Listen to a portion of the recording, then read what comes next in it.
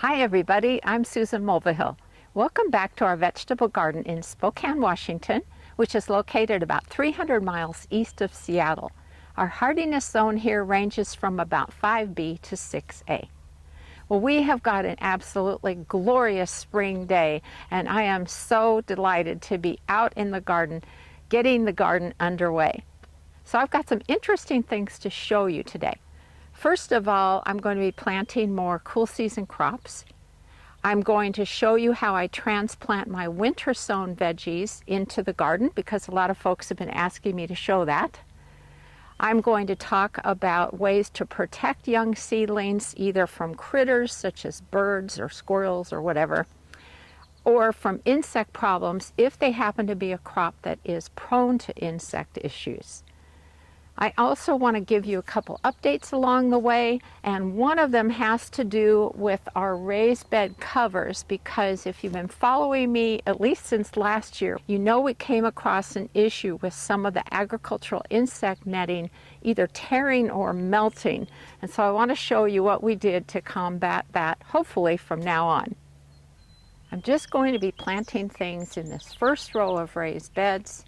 And if you saw my carrot video last week, you know that that's what's planted in this bed in the foreground. It's currently covered with a layer of burlap, and that is to keep the soil evenly moist, and that helps promote good germination. In the next bed, I'm going to be planting some root crops. The bed after that will eventually have the gutter peas in it. In the first covered bed in the distance there, you can see my early crop of lettuces growing, and I'm just about ready to remove those cloches that they're under, which is to keep them warm. The bed behind it with the hoops is where I'm going to plant Swiss chard and beets. And then the beds you can't see behind there, I'm going to plant some leafy crops such as arugula and kale. And then the farthest bed, I'm not ready to plant just yet, but that's where I'm going to grow cauliflower for the first time in many years. So let's just dive right into transplanting the winter-sown veggies that I've got. These are 3 different types of greens. I've got red Russian kale, corn salad, which is also referred to as mosh, and this is arugula, and boy, is it just chomping at the bit to go. If you're not familiar with the concept of winter sowing, I shoot a video every winter on the topic, so you've got plenty to choose from on my YouTube channel, Susan's in the Garden. And the idea is that you start seeds in the dead of winter, usually in milk jugs. That's the most common thing. And they're just out in all of the different kinds of weather that you get during your winters. The seeds will germinate when the time is right. They tend not to be susceptible to damping off syndrome, which is a horrible fungal disease. And by the time you're ready to plant them out in the garden, they're already hardened off and used to the elements. So let's get those planted. Now, since I know that the kale is going to be the tallest crop, and there's going to be hoops over this bed to protect them from aphids and cabbage worms, I'm going to put them in the center of this bed where it's the highest point for the hoops. And basically what I do is I just put my hand over the top and I tip it and quickly put it back right again. So here are my seedlings. You can see they've got a nice root system going. I'm going to carefully tease them apart and plant them. There's the first one.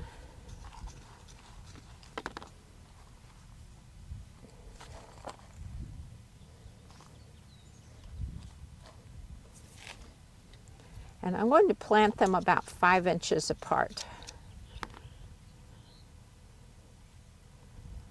Now, if you've never been much of a kale eater, I have to tell you, speaking as someone who never used to like kale, this is so good in salads mixed with other greens. So I do recommend this variety. It grows really well.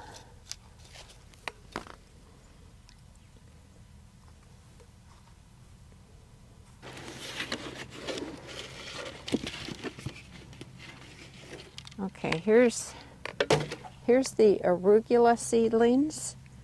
And again, I'm just going to tease them apart, and I'm going to plant them about 3 inches apart.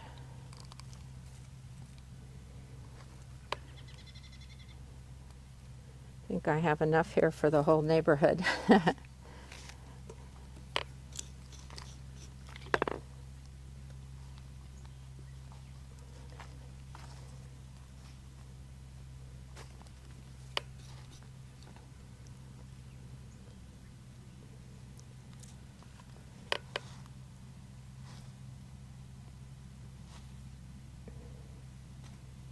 And last but not least is the corn salad.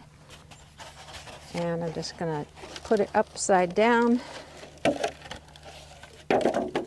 And there's my seedlings. Now you can see they are really close together. Fortunately, they're pretty small plants, so it's going to be okay if I plant them in some little clusters. Ordinarily, I like to grow this in the fall and winter months in our hoop house, but I thought it'd be fun to try some in the spring and see how they do. They are super cold tolerant.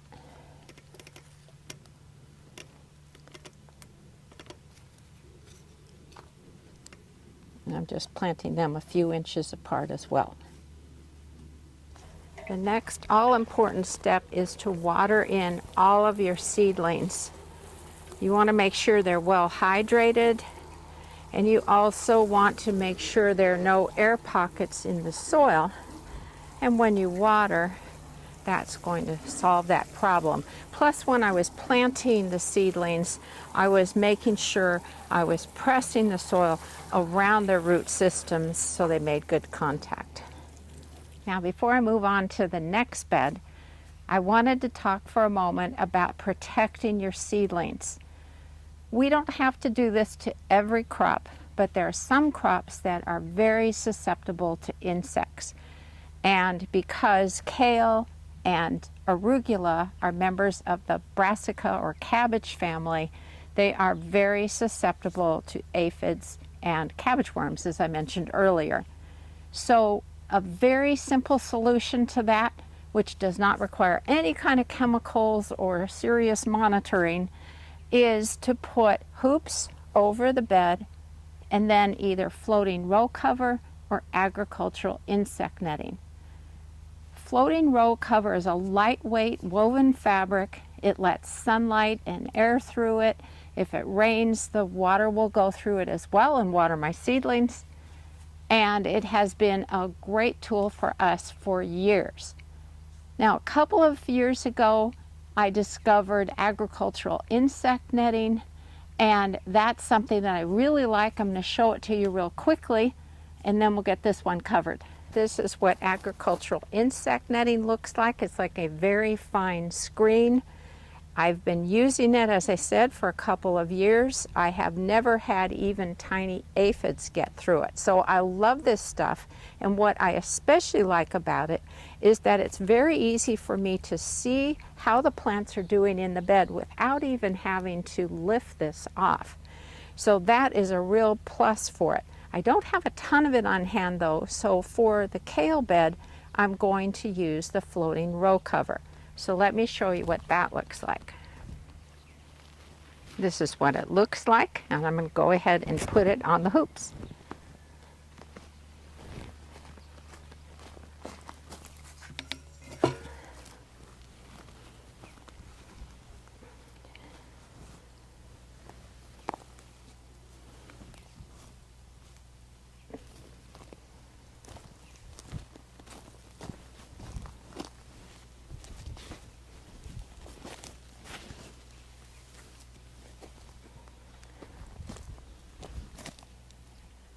I've put a brick at each end of the cover to hold it in place, and now those seedlings are protected. Now, another thing that I wanted to mention, because I talked about critters earlier, is we have a lot of California quail in our garden. They are gorgeous birds, as you can see, but they love to nibble on freshly sprouted seeds. Ugh, that drives me nuts. So that's something I have to keep in mind when I plant anything, is to cover the seedlings initially until they are big enough to hold their own, and then I'll remove the cover if I'm not worried about any insect problems. So next up on my list of things to plant is beets and Swiss chard. And since I showed you this cover, I wanted to explain something. The reason that those seeds are going into a bed that is protected with a cover is because beets, spinach, and Swiss chard are members of the beet family, and they are very susceptible to an annoying insect called the leaf miner. The adult is a fly. It lays eggs on the plant's leaves. The eggs hatch into little maggots, which tunnel through the leaves and totally ruin them. And obviously, Swiss chard and spinach you're growing for the greens, and also beet greens are absolutely delicious. So I don't want to deal with them.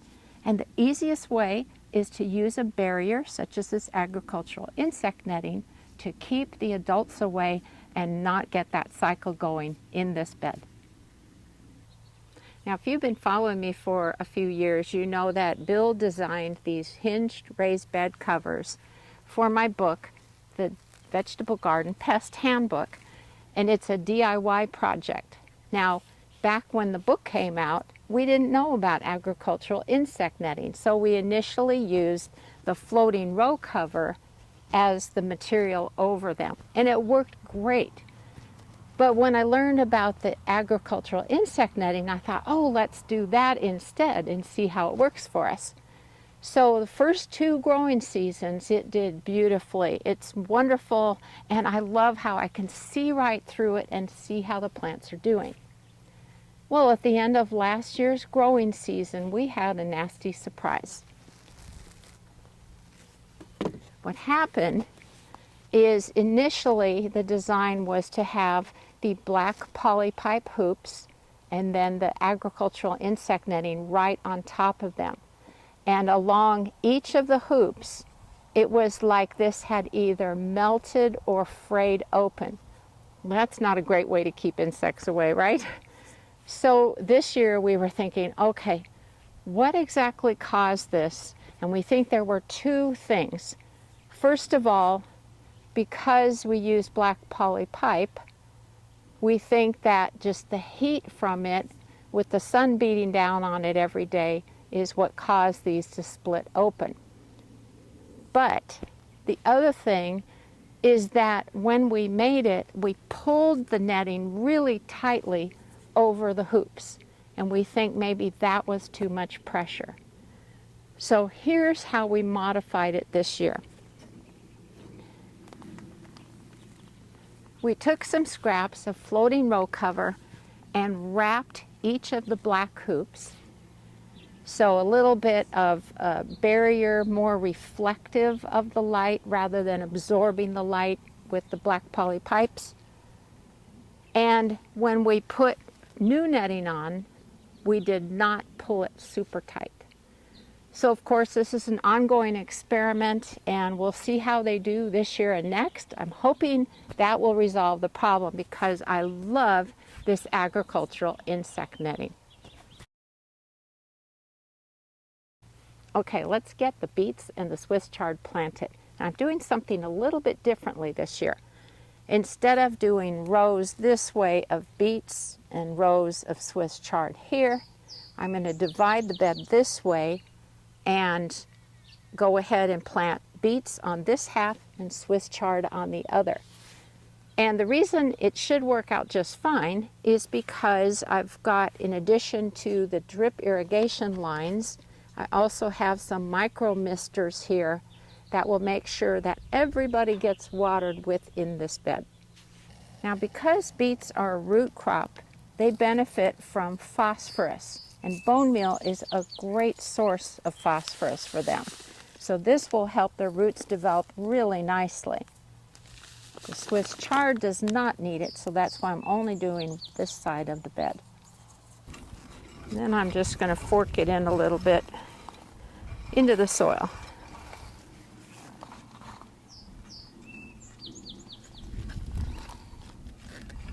I made 4 furrows with the end of an iron rake, and then I'm just going to drop the seeds into the furrows about 2 inches apart.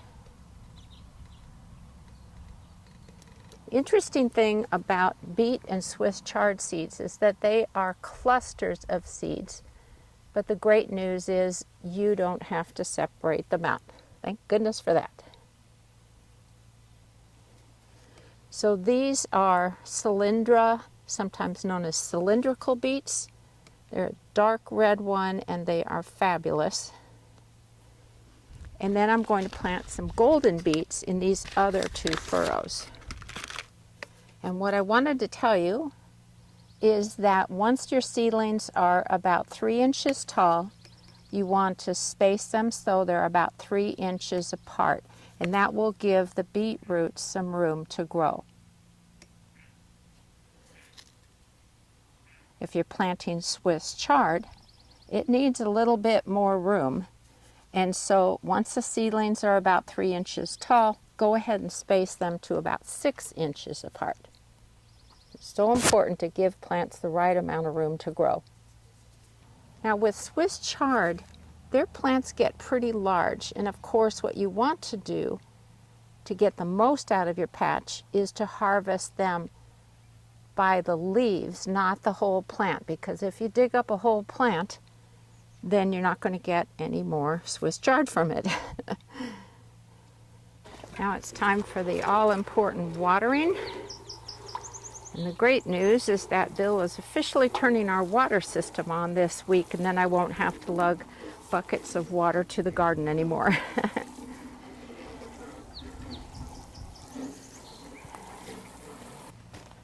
And the most important step is to close it up. This is the last bed I'm going to plant today, and it's primarily going to have root crops in it plus some pak choi. So for root crops, I'm doing another row of beets because we love roasting them so much, and then turnips and radishes. Now, the pak choi can be susceptible to birds pecking them and also some slugs. I can't keep them out of the beds, unfortunately, but I can use an organic slug bait such as Sluggo if I need to. I only use things if I see I have a problem.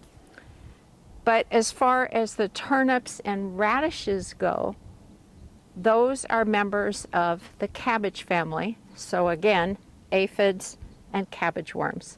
So this bed definitely needs to be covered, and of course the beets can get leaf miners. So I'm going to use some hoops and floating row cover over it once I get the seeds in.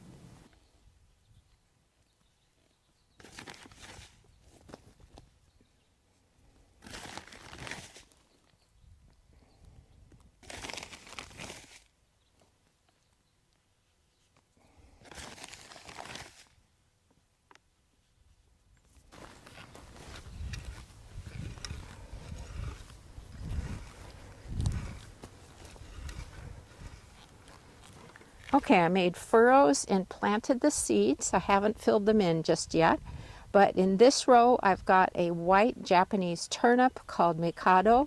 A similar one is Silky Sweet.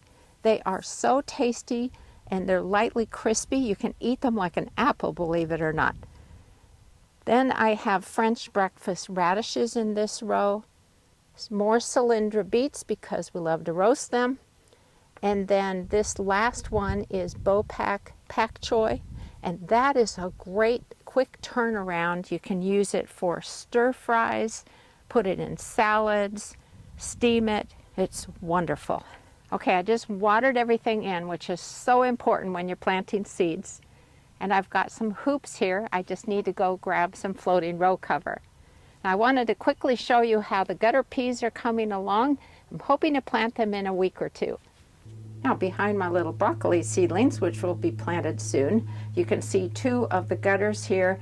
All of the peas are up. I just want to let them grow a bit longer because the goal is to have a good mat of roots in there so that they easily slide out of the gutters at planting time. So stay tuned for that. Well, I've almost got every bed planted in this row. This is where the gutter peas will be going, and then cauliflower will be at the very end of the row. Thanks so much for watching today, everybody. I hope that you're having fun getting your garden underway. And if you have any questions, you can email me at susan@susansinthegarden.com. Happy gardening!